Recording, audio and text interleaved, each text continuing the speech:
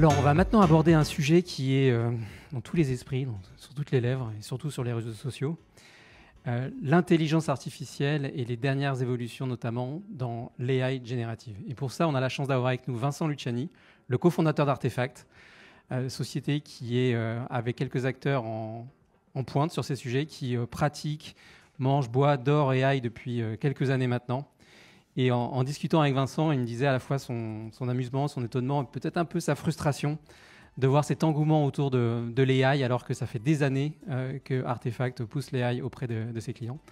Alors peut-être Vincent, tu peux nous présenter Artefact, ce que Artefact fait auprès de ses clients depuis des années, quels sont les champs d'application de l'AI développés et quelques exemples concrets. Oui, tout à fait. Bonsoir à tous. Merci François.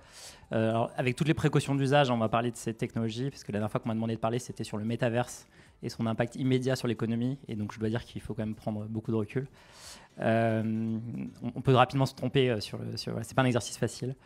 Oui, tout à fait. Alors, en un mot, Artefact, je pense que j'ai vu beaucoup de super concurrents aujourd'hui et puis des très beaux cas d'usage en s'inscrivant dans la lignée de ce qui a été présenté, société que j'ai cofondée avec un ancien de Google et un chercheur en IA il y a 8 ans. Nous, on se spécialise vraiment sur l'intersection entre, on va dire, le monde du conseil, la data et l'IA et le digital marketing. Donc, je pense que c'est le cœur du sujet aujourd'hui. Alors ma perspective sur toute la partie IA générative, c'est à la fois, je pense, une rupture extraordinaire. On voit, c'est incroyable de voir à quel point les gens se sont saisis de cette technologie. Je regardais quelques chiffres. Aujourd'hui, il y a plus d'1 milliard d'utilisateurs. Je ne sais pas si vous vous rendez compte. Donc, je pense que 100% des gens dans la salle ont au moins testé le moteur. Et ce qui est incroyable, c'est la vitesse de diffusion. Il a fallu qu'une semaine pour avoir 100 millions d'utilisateurs. Donc 1 million d'utilisateurs, pardon. Donc c'est vraiment incroyable. Donc c'est à la fois une rupture et puis c'est à la fois une grosse continuité par rapport à des choses qui existaient déjà. Donc si je regarde l'IA génératif de façon générale, donc je pense qu'aujourd'hui il y a un peu deux mondes. Donc même si on parle beaucoup de multimodal, il y a quand même l'image d'un côté, le texte de l'autre. Ça va se rejoindre forcément à un moment. L'image, donc on parle beaucoup de DALL-E par exemple. Voilà, mais ce type d'algorithme, et disons l'évolution de GAN, donc Generative Adversarial Network, qui existait depuis, je crois, 2014. Sur la partie texte, donc on parle beaucoup de ChatGPT, c'est l'évolution d'un papier de recherche qui a été émis par Google en 2017 qui s'appelle Attention is all you need, qui a donné BERT, qui est aussi un outil qui a été créé par Google en 2018. Donc voilà, donc ces technos existaient. Ce qui a changé, c'est comme d'hab, on a mis plus de data. Donc, ces outils ont mangé à peu près tout ce qui existait sur Internet. Et on a mis beaucoup plus de computing power. C'est ça qui est impressionnant. Donc voilà, continuité par rapport, on va dire, à la continuité technologique qui existait. Mais l'évolution, c'est qu'en fait, c'est dans les mains de tout le monde. Et je pense que ça va ouvrir à beaucoup plus de cas d'usage très différents que ceux qu'on traite d'habitude dans l'IA. Parce qu'en fait, dans l'IA, aujourd'hui, quand on traite d'IA, donc tout le monde a un peu sa définition. Nous, on inclut tout à fait toute la partie machine learning dans l'intelligence artificielle. Et aujourd'hui, notamment sur le marketing, quand je regarde ce qu'on fait depuis un certain nombre d'années, en fait, il y a beaucoup de cas d'usage autour de la perso. J'arrive sur un site internet, donc plutôt de façon un peu proactive. Qu'est-ce que le site internet va proposer? Donc là, il y a des algorithmes qui viennent m'aider finalement en fonction, on parlait du cookie, peut-être demain ça sera d'autres paramètres, mais à choisir ce qu'on va mettre sur la page. Donc là, c'est l'intelligence artificielle. Il y a aussi beaucoup de ciblage. Donc là, c'est du clustering, donc de K-means pour ceux à qui ça parle. Donc là-dessus aussi, c'est finalement des algorithmes d'intelligence artificielle. Il y a aussi, on fait beaucoup de prédictions. Prédiction des ventes, prédiction finalement des tendances. Et là aussi, c'est l'IA. Donc finalement, ces tendances existent déjà. Ce qui va, je pense, changer beaucoup, c'est qu'en fait, on passe d'un mode où on faisait beaucoup de l'observation, donc qu'est-ce qui va se passer, qu'est-ce qu'on va mettre, qu'est-ce qu'on va pousser, à quelque chose de beaucoup plus dans l'action et dans la création. C'est sans doute ça qui va changer dans les prochaines années. Alors, vous avez créé une sorte de toolkit, une boîte à outils AI avec plein de champs d'application. Est-ce que tu peux nous donner des résultats tangibles, des chiffres, des exemples de choses que vous avez déployées chez des clients et qui viennent en fait, qui font partie de votre boîte à outils et qui viendront ensuite s'appuyer ou en tout cas renforcer la partie de Generative AI? Ouais, alors sur cette boîte à outils, nous on s'appuie beaucoup sur des choses qui sont quand même open source, on l'évoquait. Sur les exemples de manière, alors je ne vais pas rentrer dans chacun des exemples, mais de manière générale, en fait, l'utilisation de la data dans le marketing, on voit que ça améliore les performances. Et donc, on a fait des études statistiques, il y a des études qu'on pourra partager chez Artefact, où de manière générale, on augmente les ventes de 30 à 40% en moyenne. entre pas du tout d'usage de la data à des usages de la data. Donc c'est soit via de la personnalisation, soit via du ciblage en vente incrémentale. Donc l'intérêt, c'est qu'aujourd'hui, on peut vraiment mesurer ces ventes incrémentales, ce qui n'était pas forcément le cas il y a encore quelques années. Et donc c'est ça qu'on observe. Après, maintenant, ce qui va être intéressant, je pense, c'est de regarder peut-être les nouveaux cas d'usage que vont pouvoir proposer l'IA génératif. Et finalement, comment ça va être l'évolution peut-être de cas d'usage qui existaient déjà aujourd'hui. Et du coup, c'est intéressant parce que ça va rebondir beaucoup avec des cas qui ont été présentés, notamment, je regardais avec beaucoup d'attention le cas qui a été présenté par Fnac Darty sur le marketplace. Voilà. Je pense que donc, le premier cas d'usage qui va être intéressant, et notamment dans l'univers du marketing, c'est tout l'univers créatif. Et notamment la création, donc on passe tout de suite à la création publicitaire, mais finalement toute la création artistique, je pense, va être assez chamboulée. On travaille aujourd'hui avec des marques de luxe, par exemple, pour les aider à concevoir leur packaging produit en utilisant des algorithmes de création, de génération d'images. Donc il y en a plusieurs, certains sont payants, d'autres sont gratuits. On utilise par exemple Stable Diffusion, qui est un algorithme qui est open source, qu'on peut utiliser. Et qui, petit détail technique, qui se fine-tune bien. Donc en fait, on peut prendre ces algorithmes et les entraîner sur un corpus de vidéos ou d'images qui est celui qu'on cherche à faire. Donc en fait, au départ, ces algorithmes sont pré-entraînés et en fait, on vient faire le last mile, entre guillemets, et l'entraîner. Et donc je pense que l'univers créatif va être assez chamboulé. Notamment, ça va aller un petit peu plus loin, même beaucoup plus loin que le DCO. En fait, quand on réfléchit au DCO, on était hyper contraint. C'est-à-dire qu'en fait, on vient superposer des calques. Et donc, en fait, voilà. Et imaginer des scénarios qui sont des scénarios d'arbre de décision. Si cette personne-là, elle rentre dans ce type de segment et qu'elle a vu tel et tel message précédemment, alors je vais lui pousser telle et telle création. Et en fait, ce qui va être intéressant, c'est qu'en fait, on va pouvoir vraiment faire de la personnalisation. En créant, alors j'ai des exemples aujourd'hui qui ont été testés sur des marketplaces où en fait, on vient créer des fonds qui sont complètement uniques par type de visite. Et donc, je pense que ça va mettre beaucoup plus en valeur les produits. Donc, sur les tests qu'on a fait, ce type de génération qui sont complètement à la volée avec un fond qui est imaginé à partir de Stable Diffusion, ça a augmenté de 20 à 30% les ventes par rapport à des tests qu'on a fait où en fait, c'était du catalogue normal. Et donc, en fait, je pense que dans l'univers de la data, on a énormément travaillé sur les segments d'audience, la personnalisation via de la data. On a finalement, à part le DCO qui a quand même été une belle étape, on a très peu touché à la créa. Et donc ça, je pense que ça va être un impact très, très important. Et du coup, quel impact pour Artefact en termes d'organisation, en termes de proposition de valeur pour les clients ? Alors, sur cet aspect-là, donc nous, chez Artefact, on a la chance en fait, d'avoir à la fois en fait, un studio créa, une agence média et une équipe qui fait de la data. Donc, on est en train de travailler en partie sur cette partie créa, sur voilà, des offres qui correspondent à ça, donc qui puissent permettre finalement, par exemple, d'intégrer nativement des flux d'images issus de Marketplace pour pouvoir les proposer plus rapidement et nativement finalement chez nos clients. Donc ça, c'était peut-être un exemple. Je peux citer un autre exemple qui, à mon avis, va beaucoup impacter. Donc ça, c'était sur l'image. Si je regarde le texte, à mon avis, et je fais référence au projet Fnac Darty qu'on a vu précédemment, un des premiers use cases finalement, parce que ChatGPT, on pense tout de suite aux interactions clients, je pense que ça va être hyper important. Mais si on regarde la partie GPT de ChatGPT, donc finalement qui sont finalement la compréhension un peu plus poussée de la nature des textes, je pense que ça va assez révolutionner la façon dont on fait de la recherche, notamment sur les marketplaces. Aujourd'hui, tout est construit sur un principe de mots-clés. Et donc, il faut labelliser des documents. Et donc, il ne faut pas oublier les labels. Donc, par exemple, si je vends une table, il faut que je précise la largeur, la longueur, la texture de la table. Et le problème, c'est que quand on est sur des marketplaces, et c'était très bien expliqué par les équipes de Fnac Darty, en fait, il faut récupérer au maximum les métadonnées. Il ne faut pas oublier des labels. Il faut tout catégoriser. Donc, ça prend un temps de malade. En fait, les premiers retours qu'on a sur ces outils, c'est qu'on va pouvoir potentiellement ne plus se préoccuper de labelliser tous ces corpus de documents et utiliser les outils pour faire des recherches qui sont beaucoup plus vastes, beaucoup plus variées. Si par exemple je vends un téléphone sur une marketplace, on a les labels classiques, hein, le prix, l'autonomie de la batterie, mais j'ai jamais la longueur du câble de recharge par exemple. Mais si moi c'est ça qui m'intéresse, et que la marketplace ne l'a pas labellisé, je serais incapable de trouver cette information. Et en fait, avec des outils type BERT ou GPT, on va vraiment pouvoir explorer la totalité des métadonnées de façon multimodale, donc potentiellement explorer aussi tout ce qu'il y a dans la photo. Donc ça, c'est des tests qu'on est en train de faire aussi en ce moment. Donc ça va permettre de gagner du temps de labellisation et faire des recherches complètement différentes. Aujourd'hui, on fait beaucoup de recherches ciblées sur des mots-clés. Mais je lisais un papier de recherche par des équipes Spotify hier, hyper intéressant. Ça va pouvoir permettre de faire des recherches beaucoup plus larges.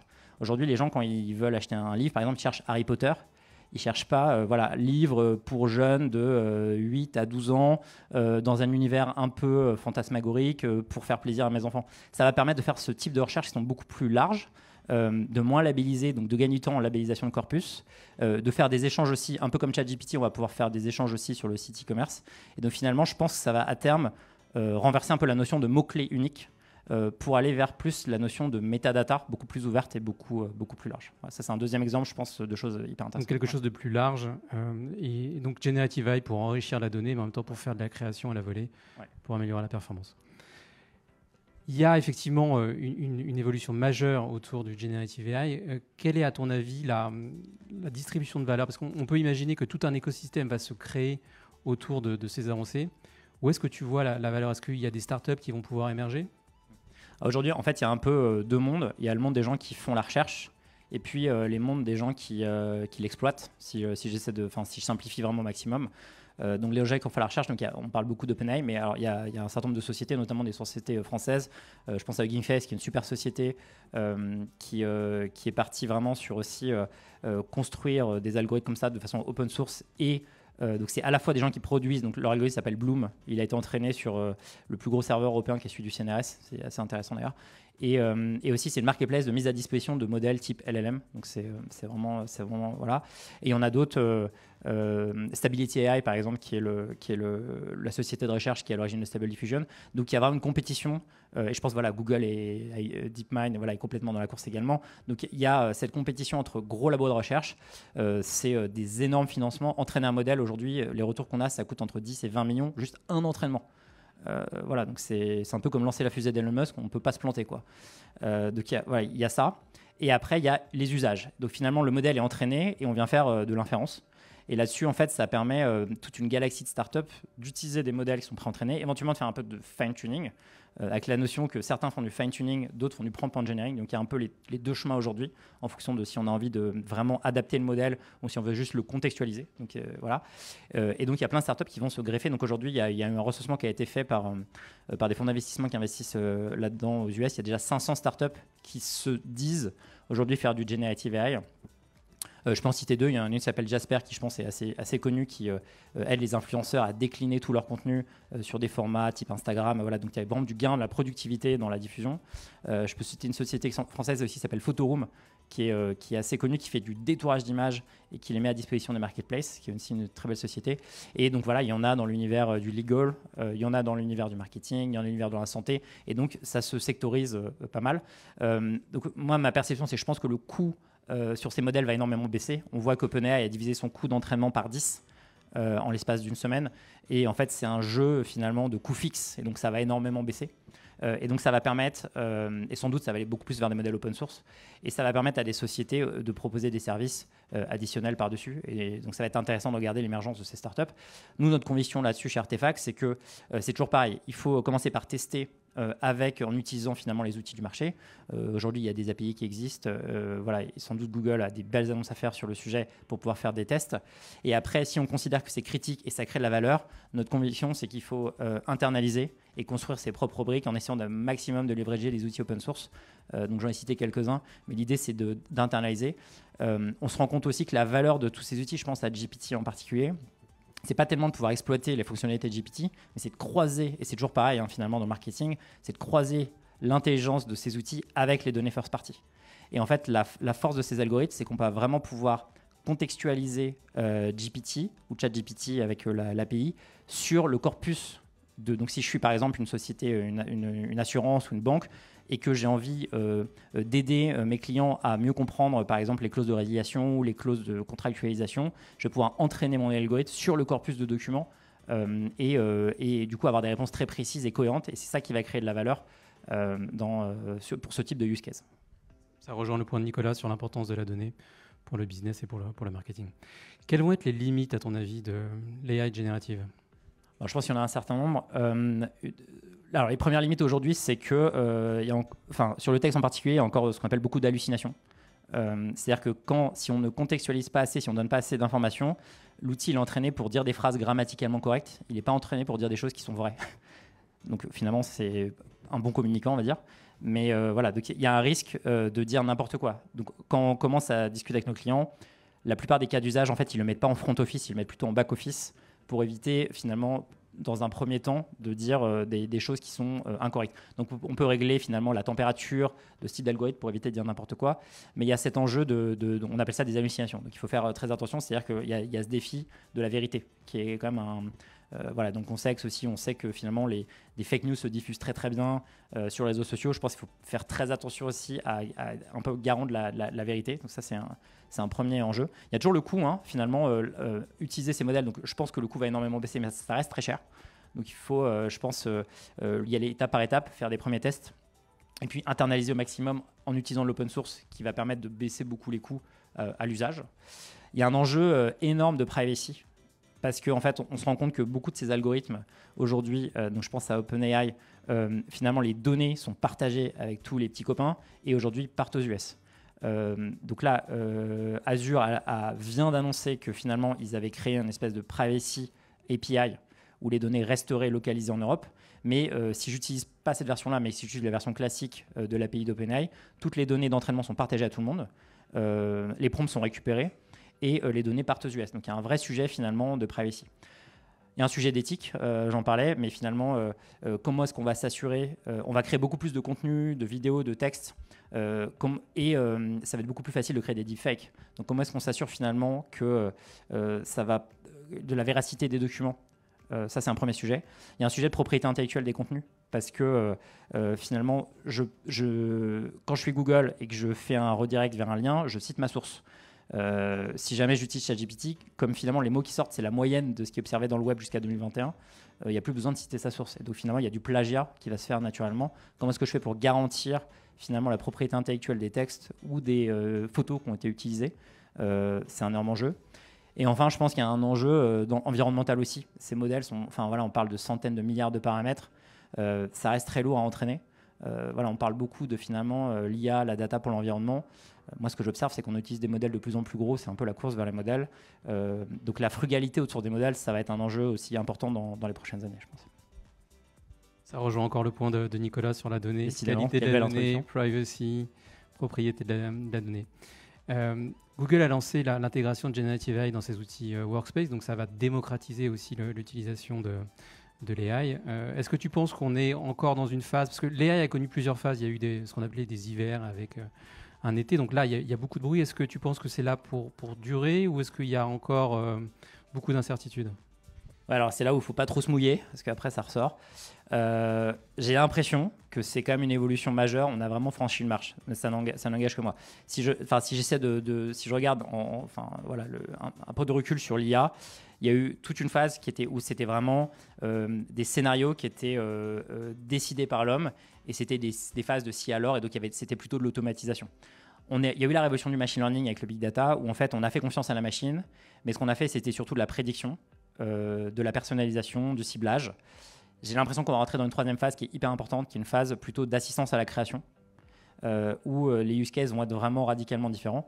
Je prends toujours cet exemple où en fait, les choses les plus proches qu'on a fait ces dernières années, c'était des chatbots. Artefact, on avait une offre incroyable de voicebot, on n'en fait plus un seul, parce qu'en fait, c'était hyper contraignant. Il fallait décider des arbres.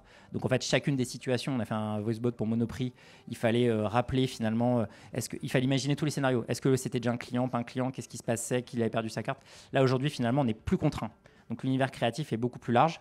Donc ça va permettre de faire tout un tas de use cases, soit des use cases autonomes, soit des use cases où on va assister finalement des gens qui vont compléter le use case, et donc on va faire des gains de productivité. Mais dans l'exemple que j'ai donné sur la création artistique, sur la capacité de faire de la recherche, évidemment toute la partie expérience client et interaction, queries sur notamment des back-office pour aller retrouver des informations, je pense qu'on va arriver sur une série de use cases qui au moins n'existaient pas, qui sont des use cases de productivité ou de vente additionnelle. Donc, pour moi, c'est une rupture dans la continuité, parce que ces use cases existaient déjà, mais je pense qu'on va vers toute une nouvelle série de use cases. Merci beaucoup, on me fait signe. Merci beaucoup Vincent. Merci à tous.